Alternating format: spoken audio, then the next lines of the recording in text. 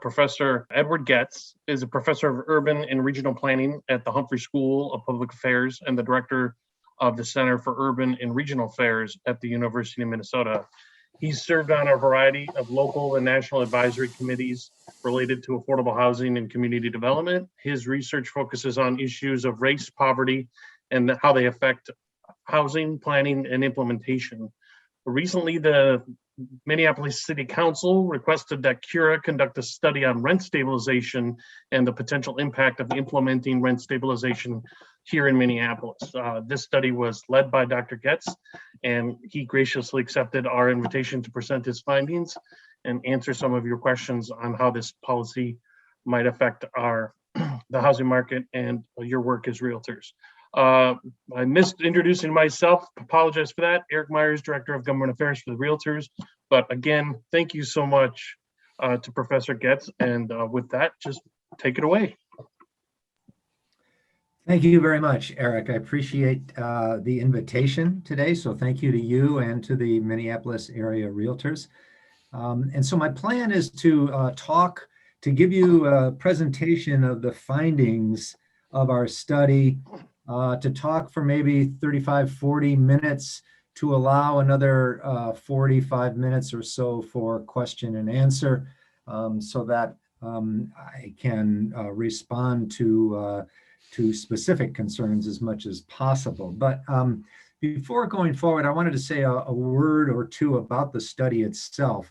The city of Minneapolis issued an RFP for a study of the Minneapolis rental market and a study of rent stabilization initiatives and potential impacts of such a program in Minneapolis. We were not asked for any recommendations, and so we didn't make any recommendations. The study really consists of three major components. The first is the best we could do in terms of an analysis of the rental market in Minneapolis. And so we relied on data, proprietary data from CoStar that we purchased and analyzed. We relied on the ACS and census data where necessary. We drew a special sample of the CoStar data, which allowed us to look at individual units over time, rather than looking at the aggregate data that CoStar generally makes available. That was a pretty time-consuming and arduous task for reasons that really we don't need to go into. Sort of data wonks might be interested, but that's about it. So that was the one part of the study. The second part of the study was a comprehensive review of programs that exist around the country and studies of those programs that exist around the country. So we really focused on looking at empirical studies of rent stabilization and rent control in cities from the east to the west coast, certainly only in the United States. So there's a section of the report that reports those kinds of findings. And then the third element of our study was a kind of an economic model at the building level. Now, for this, we subcontracted with a real estate expert, someone who teaches real estate development at the University of Minnesota, and who is a real estate development consultant. And he worked on essentially modeling different scenarios of building level economics under different types of rent stabilization regimes. And so all of that will become clear in my presentation. So in the end, that's what we provided the city. And what they do with it is what they decide to do with it. And I'm just as curious as, well, maybe not quite as curious as you are, since I'm not a realtor, but I am still sort of it's not clear to me what will come out of the city's own deliberations about this policy. So with that, I want to switch now and share my screen. And I'm assuming, unless I hear otherwise, that you are seeing the title page to our presentation with an incorrect date on it, right? Yes. And that date is the date that we gave this presentation to the city of Minneapolis. My mistake for not updating that, I apologize. So again, here's the outline of what I will go over in the presentation. We'll look at market conditions over the last 20 years. We will look at trends of affordability. We will also report briefly on some focus group results. We did 2 focus groups with tenants and tenant groups to add to our analysis. We will review other programs looking at different types of design options that are available when one creates a rent stabilization program. And then we will look at what the literature says on the impacts of rent stabilization. And then we will shift to that building level economics analysis. Our team member did significant interviewing. He interviewed, I think, 30 different members of the real estate industry in Minneapolis, people who do work, either own properties or are developers or lenders in Minneapolis, and so we have a set of findings from our conversations with them. But then there's also the modeling that we did. So let's begin with rent market conditions. What you have here is our analysis of the CoStar data, looking at year-over-year rent growth for Minneapolis rentals. And I think a couple of things are worth noting in this slide.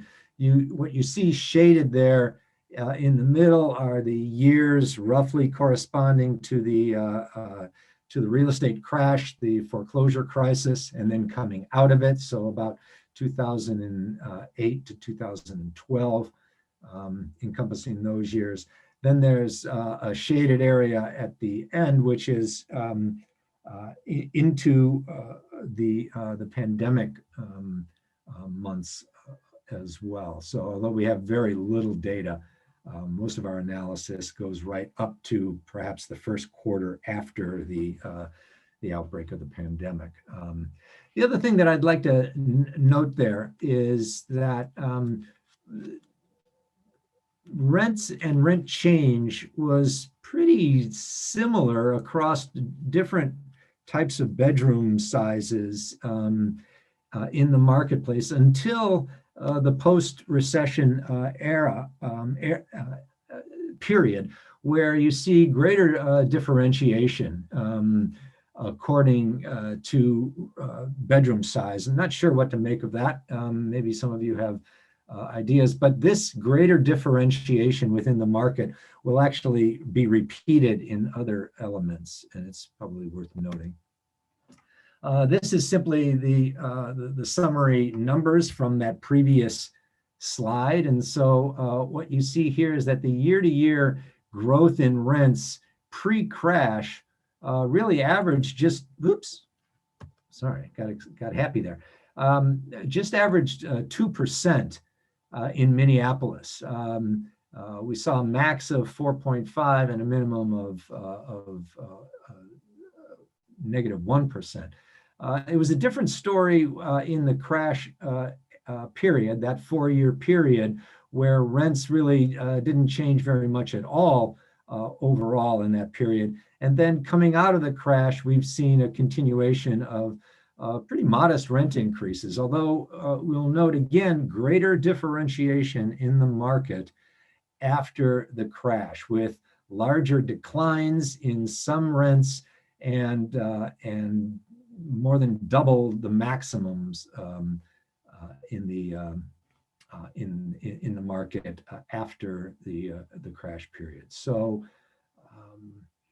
that's the kind of overall look at what was happening in the market. This looks roughly the same data, but breaks the market into buildings that were built prior to 2000 and then buildings that were built after 2000.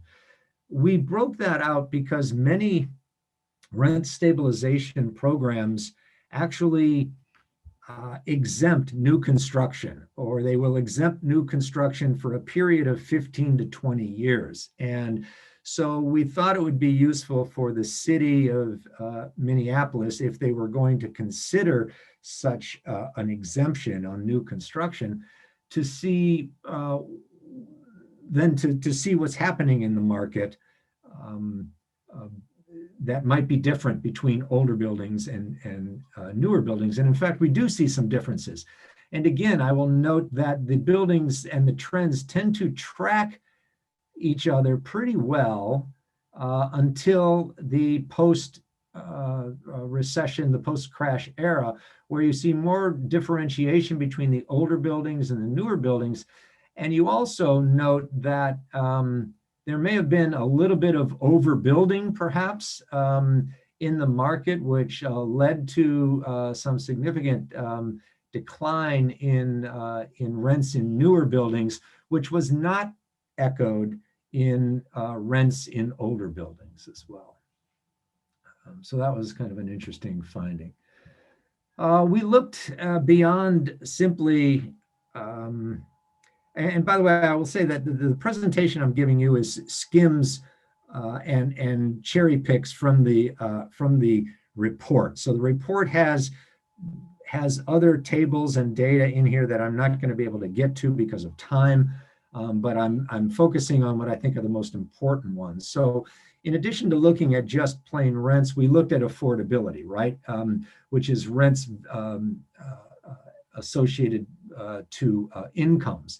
And for the median renter, that is the renter with the median income for all renters in Minneapolis over this period of time, we see, again, mainly after the crash, a fairly good scenario where incomes are increasing at a higher rate than rents are. And of course, this is a positive scenario for renters, and this is what has happened for the median renter in Minneapolis. But this hides different realities for different renters. So if we move that median renter plot up here to the upper right, and then we look at renters in the bottom quartile of incomes, we see an opposite situation where rents are increasing and incomes, in fact, compared to the baseline of 2006, incomes had declined for the bottom quartile, and only recently, in the last year or two, have they increased to a point that brought them, inflation adjusted, to a point that was above the 2006 income. So here we see a significantly different reality for renters at the bottom of the market. And then to round out the analysis, we looked at the top quartile, and there we see incomes rising steadily, pretty significantly, and at rates that were, but much greater than rents over their rents period, that period of time. So this gets at the difference between what's happening generally in the housing market or at the median versus what's happening for a particular quartile, and it's that bottom quartile of renters who are experiencing some significant issues in the Minneapolis market. This is a different way of expressing those three previous graphs. For the top quartile of renters, Incomes between 2006 and 2019 increased 54%, while their rents increased only 17%. At the median, increases in incomes of 26% and increases of rents of only 11. But in the bottom, increases of income of only 3% over that period of time, while that bottom quartile has seen increases in rents of 44%. Again, these are increases from a lower base, but still a fairly high percentage increase. There are also some racial differences in the experience in the marketplace over this period of time. If you look at what was happening for white renters in this period of time, we see across the board rents increasing here in the blue, but incomes increasing at a higher rate over this period of time. This has not been the case for BIPOC renters until the last year or so, where incomes have finally risen to the point where their rate of increase is greater than the increase in rents. But for these years, the opposite was the case.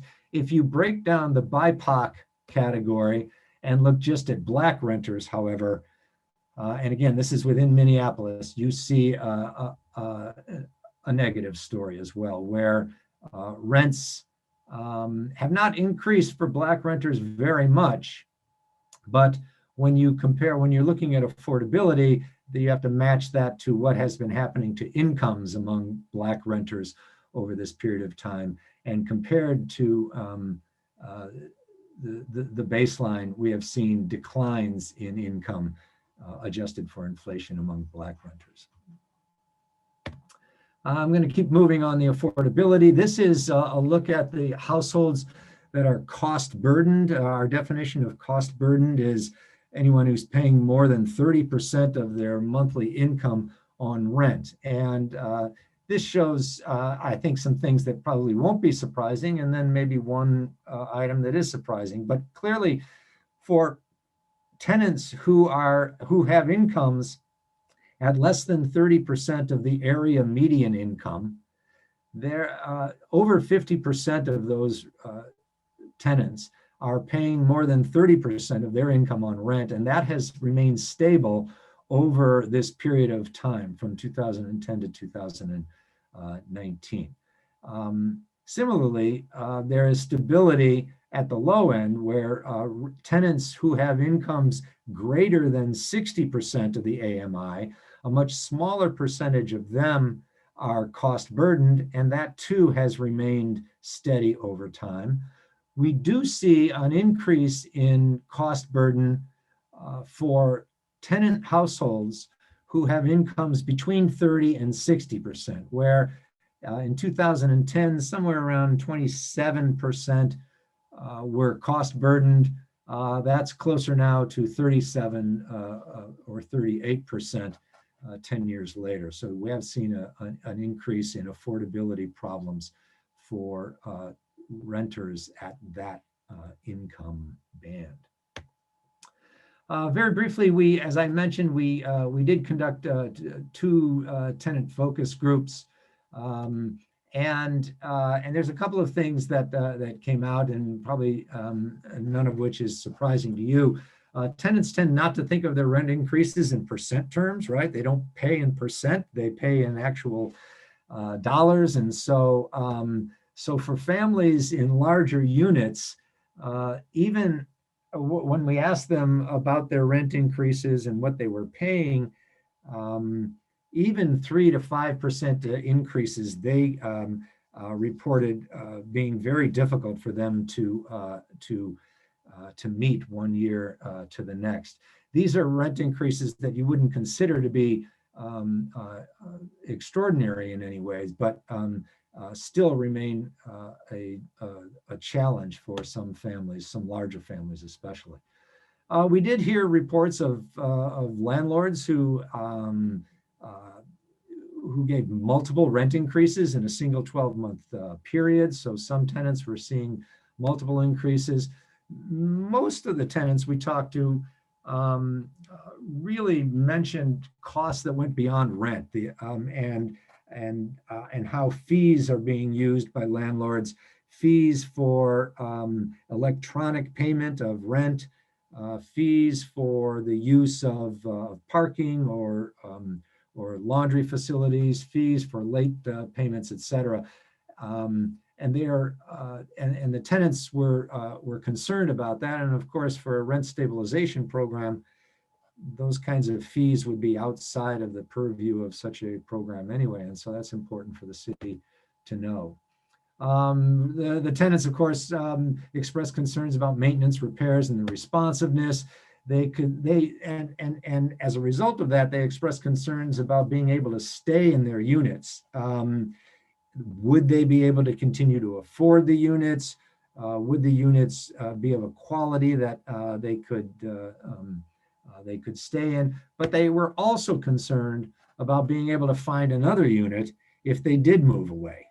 So they had this dual concern that was related really to what they regarded, I think, mostly was about increases in rental costs. Let's switch to the review of other programs now. So what you've got in front of you now is a graphic that highlights 5 different decision areas that local governments have to consider when they create a rent stabilization program. And I'm going to go through each of them pretty quickly here. The first one is the choice of the cap itself. In some places, the rent cap is a flat percentage. So it could be set at 3%, it could be set at 5%, et cetera. In other places, however, the choice of the rent cap is pegged to the consumer price index. So in some places, it's actually equal to the consumer price index. But in other places, it's the consumer price index plus some percentage. So consumer price index plus 3%. I think the new state of Oregon rent stabilization was the consumer price index plus 7%.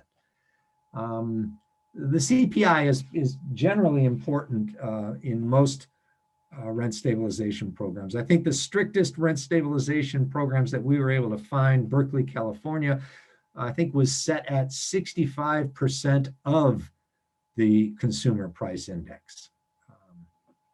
Much rarer is a program that will allow a nominal amount of increase. Something like you can't increase rents more than $100 a month or $150. We really found no evidence of that except in very short emergency kinds of situations, but generally that's not the case. And the last item here, maximum increases. That's not, let me hold off on that until we go to the second set of policy choices, because that will make these maximum increases a little more understandable. So the second area that policymakers have to decide is what exceptions to the cap will be allowed. Most programs allow certain types of pass-throughs. It can be a pass-through for maintenance costs. It can be pass-throughs for more major elements of capital improvements. Sometimes there are laws that allow for utilities or property tax increases to be passed along. Sometimes this is couched in terms of unusually high increases in utility costs or property taxes. So these are common elements that we found in terms of costs that might be passed through. Sometimes all of those pass-throughs are categorized under a heading of what is called fair or reasonable return. And here are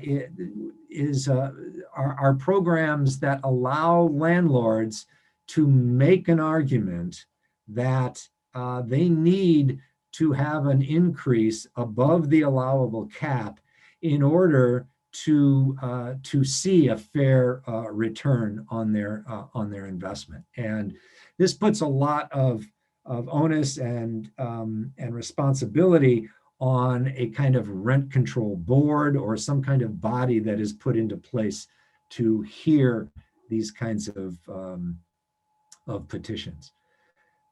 Many programs allow what are called banked increases.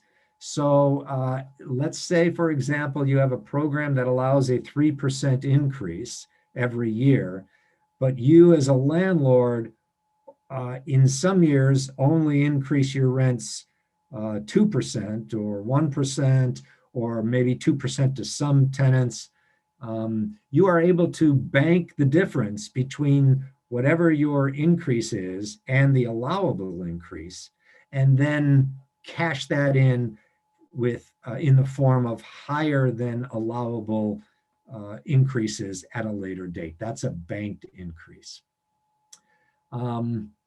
And so then, given all of these exceptions and pass-throughs, this is where I want to come back to what are the maximum increases. So many programs will have a cap of, again, for the sake of example, say 3%, but a maximum of 10%. And what that really means is that although you have these pass-throughs and exemptions, or exceptions rather, that in any given year, they cannot total more than whatever the maximum is set. So I hope I've explained that correctly. So that given the 3% allowable increase, if you have pass-throughs for capital improvement or a banked increase, you can cash those in, but the sum total of all of that cannot be more than whatever the maximum is in the program.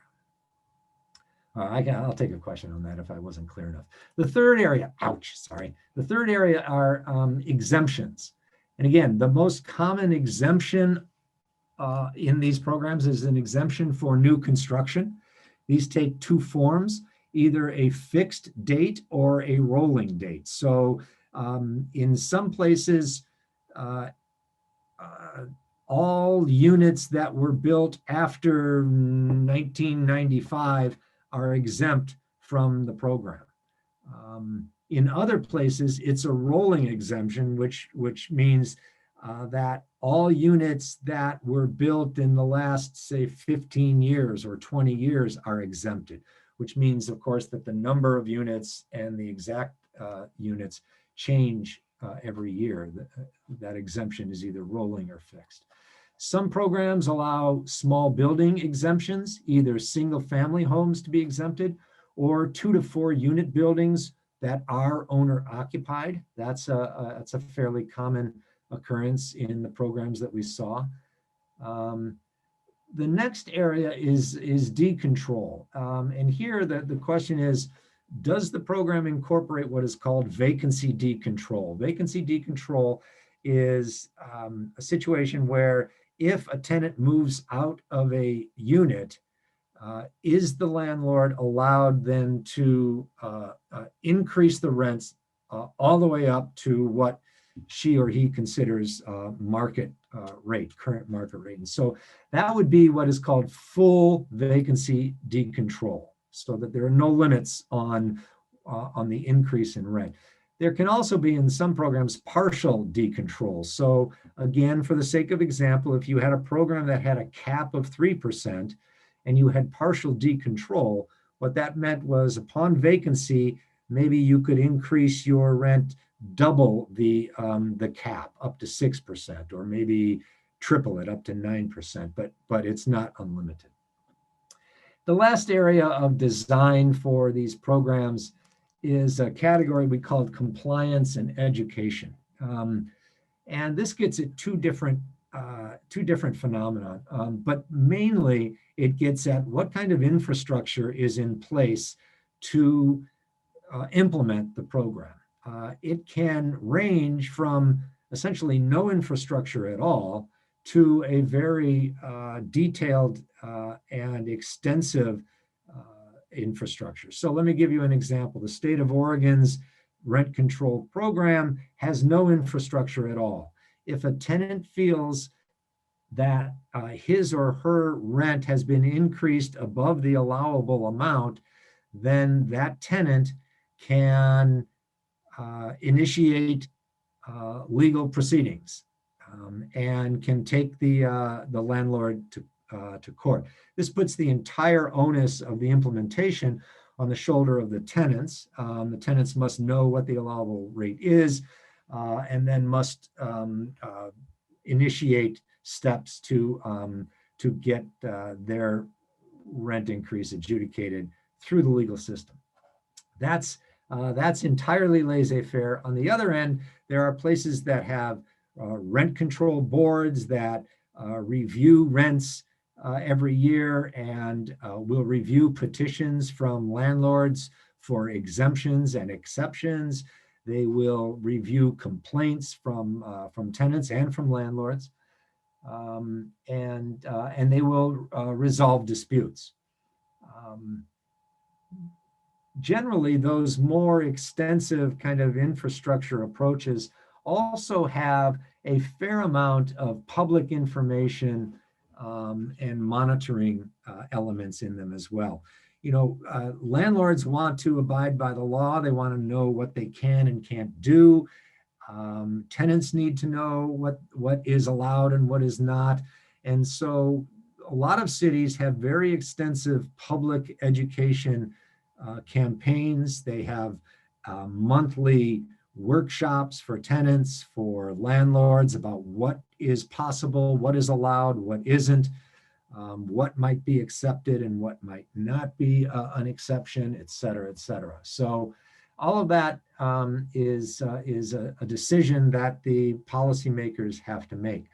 Now, obviously, the more extensive the infrastructure, the more that's going to cost local government, right? Someone has to pay for the proceedings of the rent board and for the staff of the rent board, et cetera, right? And usually that is accomplished through a fee system. Let me give you an example of that. The city of Oakland, California charges landlords $101 per unit that they have that is covered by the law every year. And the law allows the landlord to pass through half of that cost directly to the tenant. A one-time payment that the tenant has, again, once a year of $50.50. And so that the landlord and the tenant are contributing to the cost of the infrastructure that was put in place to monitor compliance. All right, well, we can take questions on that. I'm really, unfortunately, taking too long on this. Let's get at the impacts. What has been the experience of programs to date around the country, according to the studies that we read on those programs? And the first thing and the most overriding thing to note is that the impacts of programs are very highly dependent on all of those choices that we just went through, right? So it really does matter what type of rent stabilization a city is going to decide to have. Those policy decisions that we just went through are extremely important for determining incomes. Having said that, for determining rents and determining outcomes, sorry. Having just said that, most programs that we saw and that were studied were effective in preventing very large rent increases, and generally were effective in over time producing rents in controlled units that were below what they would have been absent those controls, according to the researchers. So in a general sense, these are effective in achieving their objective of limiting rent increases. They do produce lower rents than would have existed otherwise. There is little evidence among the empirical studies that we looked at that rent control programs negatively affect the production of new housing. And again, this is a perfect example of number one above. Mainly that's the case because virtually all programs exempt new construction. So, and they usually exempt them for at least 15 years, sometimes 20. Oftentimes, as I noted, those are tied to specific years, and so it's a very large percentage of the housing stock that is exempted. So there's very little impact on new production of housing in those places where rent stabilization has been adopted. Similarly, there are very few negative impacts on major quality components of the housing stock. And again, that probably has to do with program design, that in most cases, large capital improvements are allowed to be passed along to tenants. You do see in the literature greater negative effects on more aesthetic and minor elements of the building qualities, and here that may be because landlords are diverting some funds that they would have used for upkeep to make up for perhaps incomes that have been negatively affected by the rent caps. What's also interesting is that there is some evidence, and fairly consistent evidence, in cities that have adopted rent control that one of the outcomes is a loss or a tightening of the housing supply, because some operators are taking units out of the eligible stock. And that can be done in a couple of different ways. One, through conversion of rentals into condominiums, into home ownership models. That would take the unit out of the eligible stock, obviously. In other places, there is evidence that some owners will actually demolish older apartment buildings and then replace them and rebuild perhaps exactly the same number of units, but because it's new construction, it is now exempt from the rent stabilization for some extended period of time. And then there have been other forms of market withdrawals, conversions to home to owner occupation, or other changes in the stock that remove the units from eligibility in the programs. So finally, most of the studies show then that programs of rent stabilization are often accompanied by complementary policies that may regulate condominium conversion in some way, or at least monitor it, or put in place preservation policies for what we call naturally occurring affordable housing. Also, complementary policies that sometimes enhance tenant protections, especially where there is vacancy decontrol, because many people look at vacancy decontrol as an incentive for eviction. Right? And so there are oftentimes increased tenant protections accompanying these programs. Let me get to the last part of our analysis, which is the modeling at the building level. We looked at the potential impact of different types of rent stabilization programs. The first one that you see on your screen right now is a very strict rent cap, a rent cap that is pegged at 75% of the consumer price index for the Minneapolis region. And this is what allowable rent increases would have looked like had such a cap been in place from 2001 to 2019. This would have been the level of allowable rent increases. And you can see it would never have increased, it would never have exceeded about 3%, right? And that in most cases it was below 2%. That's under a strict rent stabilization program.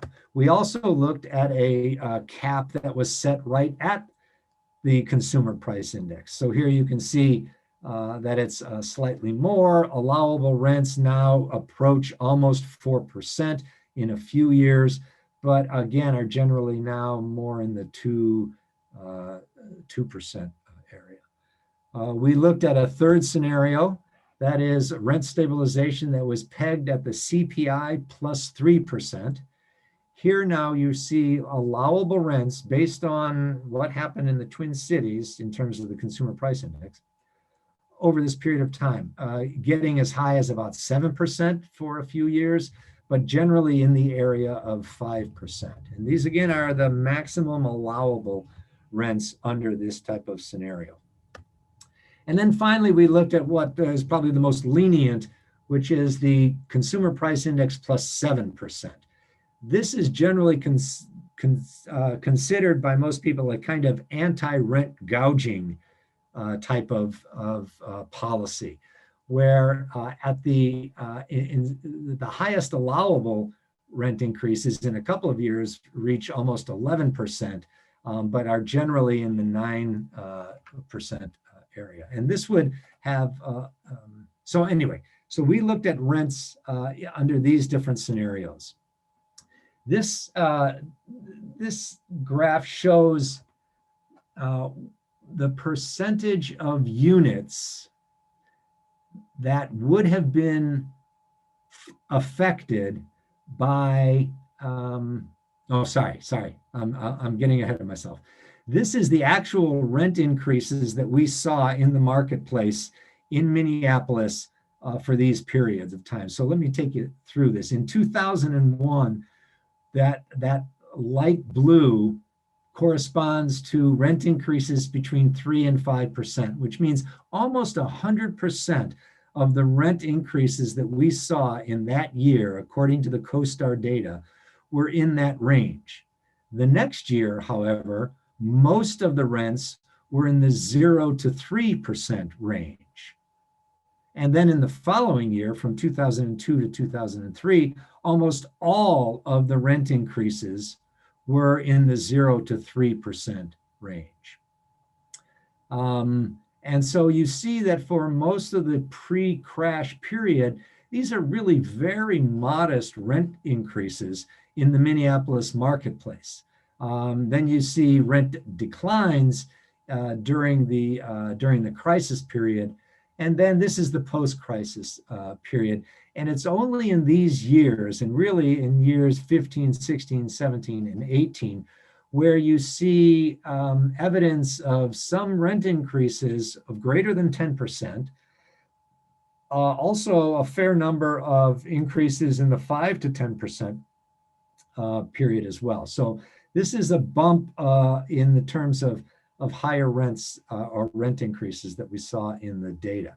Now, the next question is, given these rent increases and given the different caps that might have been in place, the question is, what percentage of units would have been affected by a cap? So this is what this odd-looking graph shows. And let's begin with the green, the red and the green. These are the two strictest rent control or rent stabilization scenarios. A cap that is either less than the consumer price index or a cap that is equal to the consumer price index. And we see that in the first year, almost 100% of units would have been affected by such a cap. But that those numbers drop precipitously and then they bounce back up again. And this wide variation here just is another way of saying that most of the rent increases in Minneapolis at that period of time were happening right around the consumer price index period or level. You can see that stricter rent control programs, or rather more lenient rent control programs, those that might have been set at the consumer price index plus 3% or plus 7%, were affecting almost none of the units in this period of time. And still, through the crash and immediately afterwards, affect only a very small percentage. It spikes just a bit here in these years where up to 30% of the rent increases in Minneapolis would have been limited by a rent cap at the consumer price index plus 3%. So you can see how these different scenarios might have affected rents as they occurred in Minneapolis over this period of time. This is another way. I'm going to, if you don't mind, skip this because there are a few more slides, and I'm taking too long to go through this. But this is another way of looking at it, that these are the rent caps compared to actual rent trends. So the rent trend here is what happened in Minneapolis without a cap. And this is what would have been allowed under different scenarios. And again, you see that under the more lenient programs, virtually no impact at all until the last few years. Modest levels of impact, even for the strictest rent control, rent stabilization programs. Let's finish off with building level economic impacts. We looked at, we were told by the people that we interviewed that we should, that there are going to be long and short-term impacts of rent stabilization, that there could be impacts on property values, maybe on the city's tax base, certainly on reinvestment levels, and then follow-on impacts on housing quality and housing supply. We were told by some of those professionals that we interviewed that even if the rent cap would not affect them, and most, by the way, noted that those rent caps wouldn't affect them because their rent increases were below 3% in most years, or certainly below the consumer price index plus 3%. But they mentioned that even if the cap would not affect them, they would be incentivized to raise rents before the program began, kind of anticipating a limit of income. They were worried about compliance costs. This is what I mentioned earlier about the cost of putting in place an infrastructure of monitoring. Some said they would leave the Minneapolis market altogether. Some said conversion to condominium is a definite possibility. And most mentioned that that this is obviously a disinvestment to reinvest, a disincentive for reinvestment. And then many maintained that it would slow or if not stop new development. Although all ended with the caveat, it all depends on what the city decides. We looked at, I'm gonna report a modeling of average annual return and an internal rate of return for a typical older apartment building in Minneapolis as modeled by our consultant on this. The first thing to note is that over the period of time that we studied, we found that the average annual return for an older Class C apartment building and unit was about 7.2%. This meets the minimum that we were told that professionals and investors want to see. That was the average in Minneapolis. The median was about the same as well, right? So right about 7.1%. The high that we saw was 12.6%. So there were some operators out there who were seeing significant average annual returns. These were the operators who were increasing the rents the highest. This figure shows what would have been allowed, what would have been experienced under a rent stabilization program where a cap was set at 75% of the consumer price index. And again, this is the strictest of the scenarios that we looked at. The model that we ran showed that still would have allowed 7.5% average annual return over this period of time. A rent cap set at the CPI would have allowed an 8% annual return. Note that both of these are in excess already of what the average and the median were. More lenient rent stabilization programs, one set at the CPI plus 3%, would have allowed annual average returns of up to 12%. So you can see that this more or less matches what was occurring at the high end of the Minneapolis market. This is not to say that obviously everyone would have reached that. This is what would have been allowed under the program. And then finally, the last scenario, a CPI plus 7% cap, would have allowed average annual returns of 18%. Again, much more than even what was experienced at the high end of the market. Finally, in terms of internal rate of returns, this duplicates that previous slide, but looks at the internal rate of return. And we were told that investors look for at least 15% on this figure as well. And you can see that the average in Minneapolis and the median were pretty close, right around 16%. And that rate would have been allowed under even the most, well, under this scenario, and even under the strictest rent stabilization scenario that we looked at. Internal rates of return matching what was seen at the high end of the Minneapolis market would have been allowed, been possible rather, under this scenario, and then average or internal rates of return up to 29% under the CPI plus 7%. So I'll finish there to talk about, and just to reemphasize the importance of policy design choices, to reemphasize the differential problems in the marketplace at the lower end, rent increases and affordability problems that were not seen throughout the marketplace. And the consistency of the story that we saw that was told by the rent data, the population data, and the building economics model. So with that, I'm going to stop sharing my screen and take questions. Well, thank you very much, Dr. Goetz. I really appreciate you going over that with us. For MAR members who are willing to, please, we already do have a few questions in. We will get to them in time.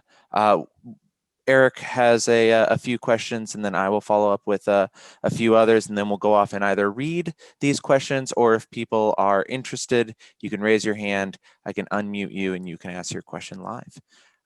Eric, do you want to start things off? Yeah, thank you so much. I appreciate it. We've got, this is a much longer question the way it's written out, but I think I can shorten it. You're early in your presentation, the chart that described affordability for the bottom quartile, experiencing a 44% increase in rent over a 13-year period, which equates to a simple average in that 13-year period of about 3.4%. How does a rent stabilization of a CPI plus 3 or CPI plus 7 being implemented potentially help those folks if that simple average is already lower than those numbers? Right. I think on the average it doesn't. I think the lesson from that is that rent stabilization set at those levels would probably be considered an anti-gouging approach, right? It would limit the really the highest rent increases, and so. But on the average, as you point out, right, it wouldn't present much of an impact. So it would have to be considered an anti-gouging approach. So in terms of, and this is just a follow-up to that, so in terms of helping those folks at the bottom quartile, like, would the policy alternative be potentially like increased subsidies or more flexible dollars from the federal or state government in the pockets of these renters to actually help them afford month-to-month expenses. Right. So that's possible as well, right? I mean, I don't think rent stabilization is considered the only way of addressing some of these questions, right? And so there may be alternative policies that are, that could target this as well. Thank you. So then the second one I have, and then I think Jackson has a couple. Sure. You mentioned, and we reviewed in the Cura report, there's multiple communities throughout the country that have any different number of versions and variables, whether it's the exemptions with the pass-throughs or different types. Did you come across one, just from a qualitative standpoint, when you looked at the market conditions in that community and you looked at the version that they applied, did any one community of any of them really strike you as having gotten it right the first time? Like they had these market conditions, they applied this one, and it had the biggest impact for them, or it was the best of the bunch? Because I look at the Cura report overall, and I'm looking at 6 different cities, and all different plans are being applied, and I can't make which way and which one's helping the most and actually making that impact. Right. So the short answer to your question is no. What we did, the city asked us to look at what they considered comparison cities. But rent control doesn't exist in many of the cities that Minneapolis would consider comparison cities, right? It's New Jersey, it's California, and it's a few places outside of those areas.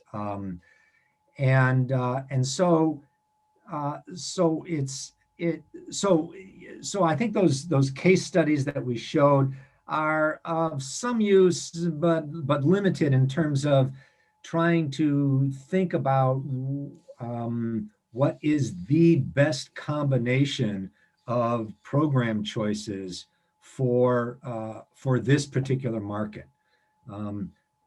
I think that it and really the impact of a particular program is, as you implied in your question, a combination of the market conditions in that place and the actual choices that are made, the policy choices that are made. There is some kind of combination there. I think the best thing to sort of guide policymakers would be to know as much as possible about those local conditions and try to tailor a response to it rather than using a generic approach.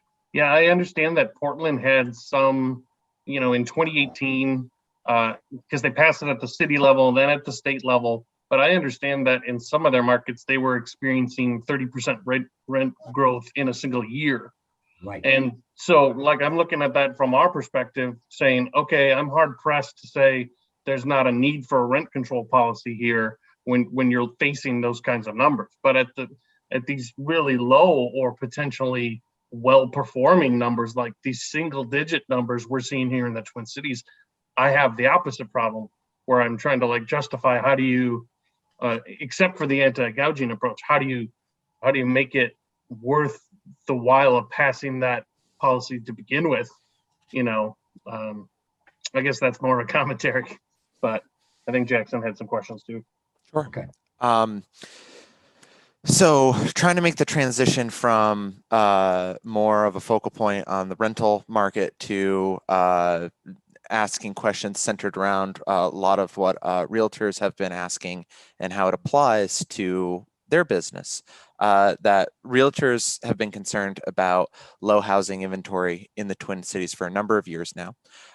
And from the research that you've done, to what extent would a rent stabilization policy impact the real estate industry in terms of some of the critical metrics that we look at, mostly housing inventory, affordability of homes, home ownership rate? And so, when you're talking about inventory, are you talking about? Sorry that I don't know the particular. Is it new starts or is it for sale? What's the exact metric you're talking about? For us, we use it as at the monthly level, the total available listings as a snapshot in time for us at the end of a given month, and how that compares to demand aspect of closing sales, pending sales. That We sort of also thing. use a stat called months supply of housing, Mhm. and that means at the current sales pace, how many months, if you added no more for sales to the market, would it take to sell those off altogether? And 5 months is a balanced market for us, and we haven't had 5 months in the better part of 3 or 4 years now. We're So, now at around 1 month supply of inventory based at off of least current demand. at least at the first 4 price points, and then once we get to condos and luxuries, it's a different story. But I guess maybe more specifically, even on this question too, is like the classic economic agreement that rent control doesn't help Produce or does produce it? more units. Yeah. What's your feeling on that? What's your take on that? I'm sure you've reviewed that information and stance. Right. So I hope I'm getting this right and approaching it the right way. That I don't think we saw a single study that looked at the impact of rent control on the ownership part of the market. Okay. That just did not appear in the literature review. So in fact, I think all of you are better situated to speculate on that than I am. So I don't think I'm gonna. I don't think I have anything useful to say about that. I really don't.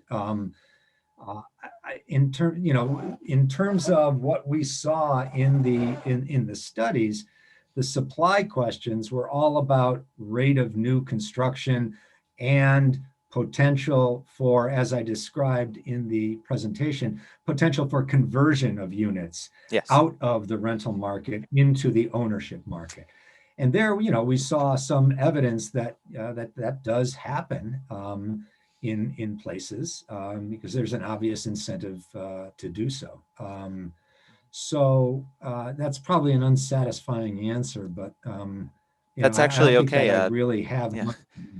I'm actually interested in that aspect as well, particularly in regards to fixed versus rolling construction exemptions. Did you notice anything? Was there a difference in building of new construction or even in the conversion into a more home ownership model when there was fixed versus rolling construction exemptions? That's an excellent question that I don't know that we looked at in that by breaking it Yep. out that way. One could consider that a rolling exemption might be more of a disincentive to new construction because at some point there's an understanding that those units will fall under the regulated Eventually, stock. given time. Eventually, right. Yeah. And even if the developer isn't still holding the units, or the original investors are not still holding the unit, they have sold to someone who understands that eventuality. But I don't know of any empirical assessment of that. Okay. No, I mean, thank you for your insight. And I guess the final question I have for us, we're really concerned about creating more first-time home buyers. And I have gathered through this process of public hearings at the city level is that this is in part an effort to help provide more long-term sustainable housing for individuals. So to that end, through your literature review or the studies that you saw, would rent stabilization in general have an effect on the number of first-time home buyers or the average time it takes for someone to go from being a first-time tenant to a first-time home buyer? Interesting questions. There are probably only a couple of minor insights that I have on that. One is that most of the studies do show that tenants in rent stabilized units tend to stay there longer. Okay. Now but that's not quite the same as Moving as on, yeah. remaining a tenant longer, right? Yep. Right. It might be, but we don't know. And it's obvious why they stay in the units longer, right? Because they're controlled, they're stabilized. So that may play a role in it. Another thing that might play a role in it is whether or not a rent stabilization program applies to single family rentals or small building rentals, what we call the sort of 2 to 4. If it does, maybe there is an incentive then for the owner to sell, right? And to sell to a homeowner, and to convert that from a rental to an owner. But that doesn't necessarily indicate that the buyer will be a first-time homeowner, but it may allow opportunities for that. Those are the only two ways I can think of approaching an answer to that question. Again, it's kind of question that most of the that all of the studies that we looked at ignore, right? I mean, most of the studies look at the 3 or 4 important questions, right? What happens to the tenants? What happens to the rents? New construction, those kinds of questions. So absolutely. Well, thank you. And we do have a few questions rolling in from our members. I will start in order of the first person who asked, David Rubeck. Back when you were looking at the chart on 30 and 60% AMI and affordability, he asked how many households in an absolute number terms are in the annual trends for 60% AMI cost burden category and 30% AMI cost burden category? I don't know the answer to that offhand. That's okay. I'm sorry, I just don't know the answer to that offhand. These were taken from the ACS. I think our data point I think our data source at that point was the ACS, and right, and so. But I don't know. I just don't know the answer to that. That's okay. Yeah, you told me the data source, so you now given me something to look up. I have now effectively passed the buck. We had an anonymous attendee ask, do programs allow exemption for substantial renovations that are for older buildings? You talked about an exemption for newer buildings. What about the reverse? There are exemptions for renovations of older buildings. Yes, that's fairly common. That would be under the category of, capital improvement. And so depending on the program, an owner or landlord may have to show that this is not entirely discretionary, that it addresses some need for improvement, infrastructural problem, that sort of thing. Right. But that too would vary from place to place. So. Okay. But yes, there are exemptions for that. Another attendee asked in regards to that blue bar chart that broke down the percentage of rate increases over years. If you dug into some of the qualities within those shade colorings for particulars, specifically here, did you find an average or a median age of buildings or units that are within that 5 to 10% rate increase? Were there difference in characteristics to generalize what they're saying between the differences in those rate increases? Right. No, we did not. But it's also important, and I may not have said this when I presented that scale.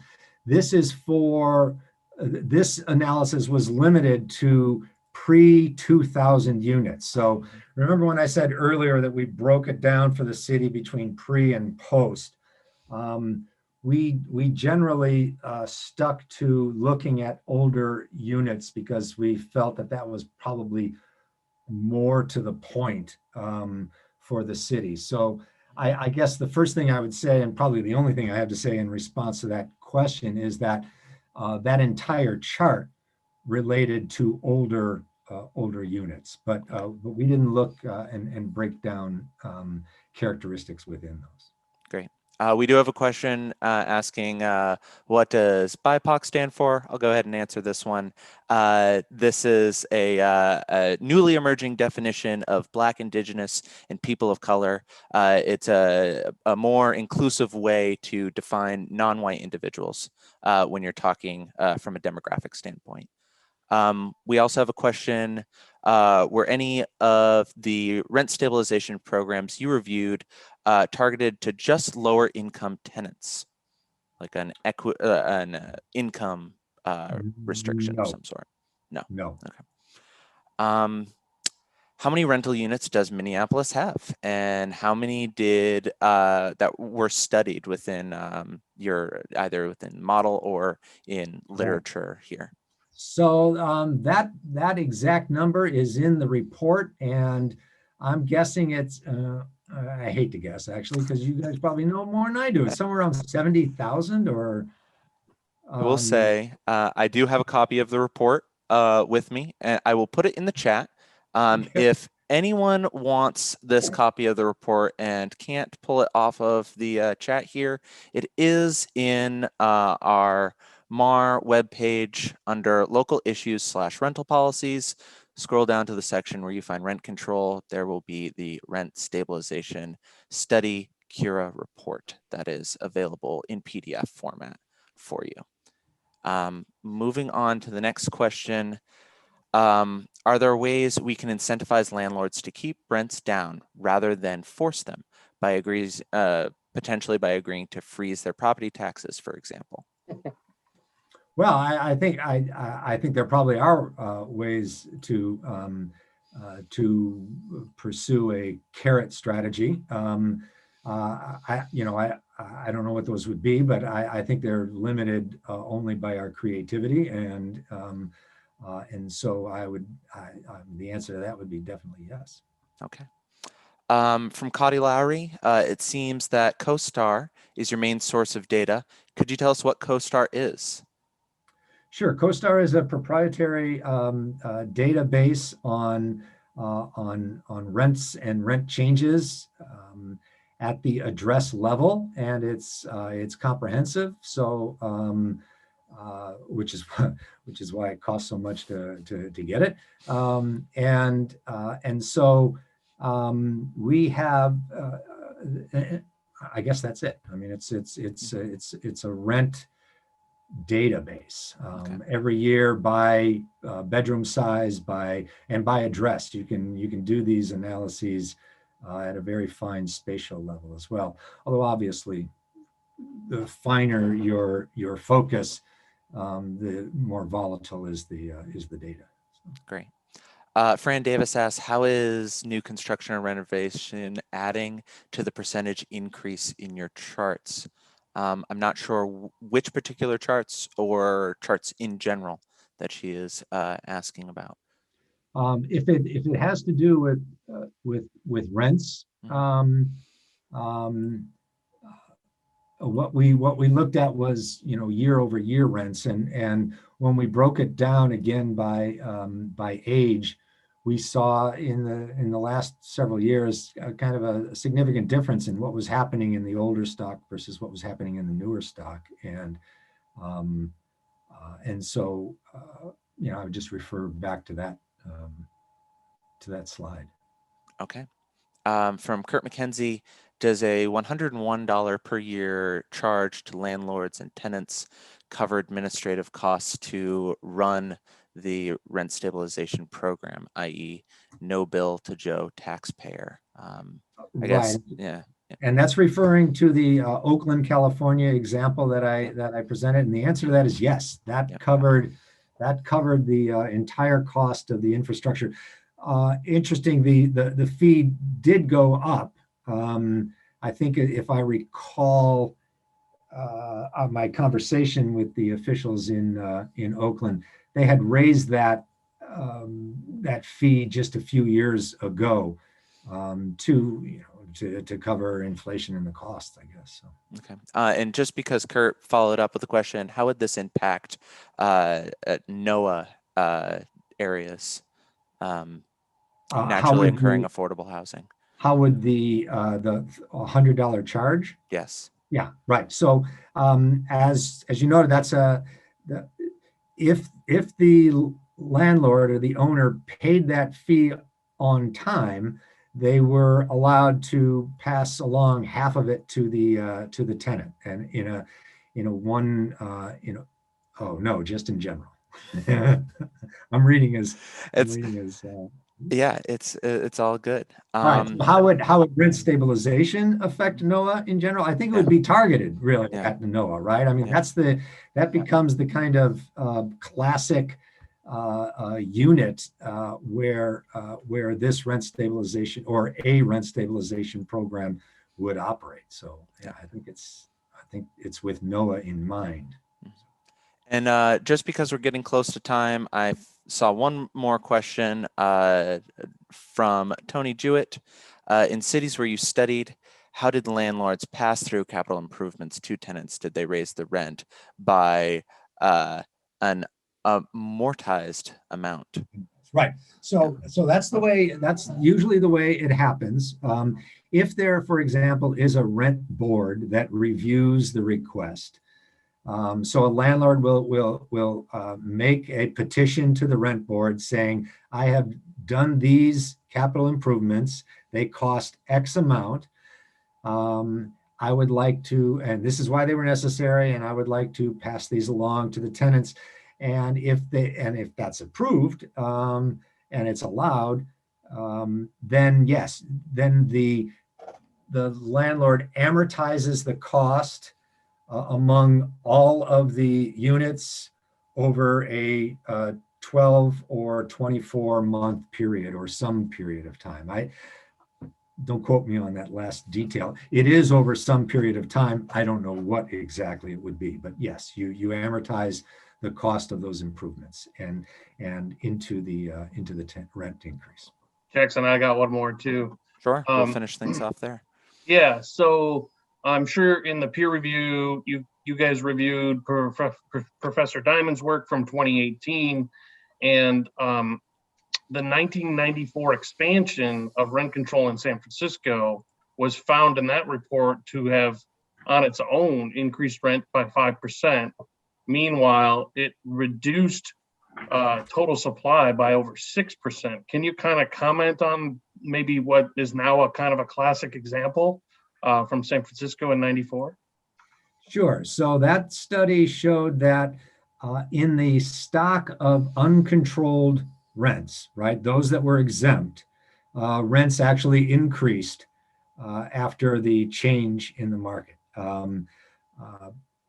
And there are so many units exempt that even with the depressing of rents in these controlled units, the overall rent increase for the city was positive, right? So that's what Diamond showed, and also they also showed a decline or a squeeze in supply, and that had to do with the kinds of conversions that I talked about in the presentation. That without any other public policies to address this question, there was an incentive that was taken up by owners in the San Francisco market to convert units out of rent. And that was about a 15% reduction in total overall rental units, right? Is that correct? Something like that. Yeah. Yep. Okay. Thanks. Well, with that, we want to thank you for your time today. We know this is a completely heady topic.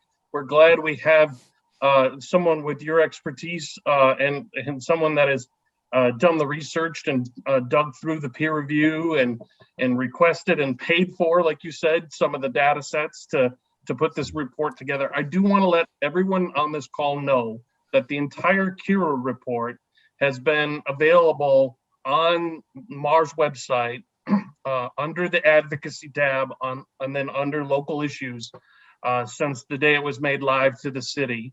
I want to thank Professor Goetz for joining us today and answering all the questions and taking the time. And just with that, I think we'll just let everyone get on with their day. And thank you so much. Appreciate it. Thank you. I think I only answered about half the questions. Jackson will be following you around for the next 2 weeks. So, okay, I with can the run, but I notepad. can't hide. Okay. All right. Thank you for stopping by, everybody. Thank you, Thank you. Dr. Goetz.